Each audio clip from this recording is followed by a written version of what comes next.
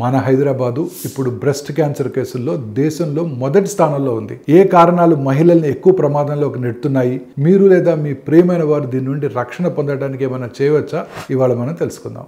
తాజా national cancer registry data ప్రకారం హైదరాబాద్లో ప్రతి 1,00,000 మంది మహిళల్లో 54 మంది బ్రెస్ట్ క్యాన్సర్తో బాధపడుతున్నారు. ఇది భారతదేశంలో అన్ని నగరాల కంటే ఎక్కువ. బెంగళూరు, చెన్నై, త్రివేంద్రం వంటి నగరాల్లో కూడా ఈ రేటు ఎక్కువగానే ఉంటుంది. ముఖ్యంగా నగరాల్లోని ఉద్యోగస్తులైన మహిళల్లో ఇది ఎక్కువగా ఉంటుంది. దీనికి కారణం సిటీ లైఫ్ స్టైల్.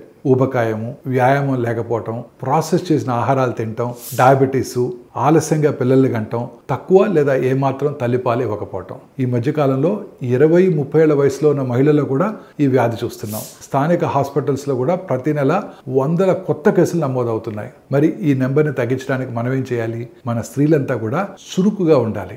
ఆరోగ్యకరమైన బరువు నిర్వహించడం, వ్యాయామం చేయటం, తాజా ఆహారాలు తినటం మరియు క్రమం తప్పకుండా స్క్రీనింగ్స్ చేయించుకోవటం కూడా చాలా అవసరం.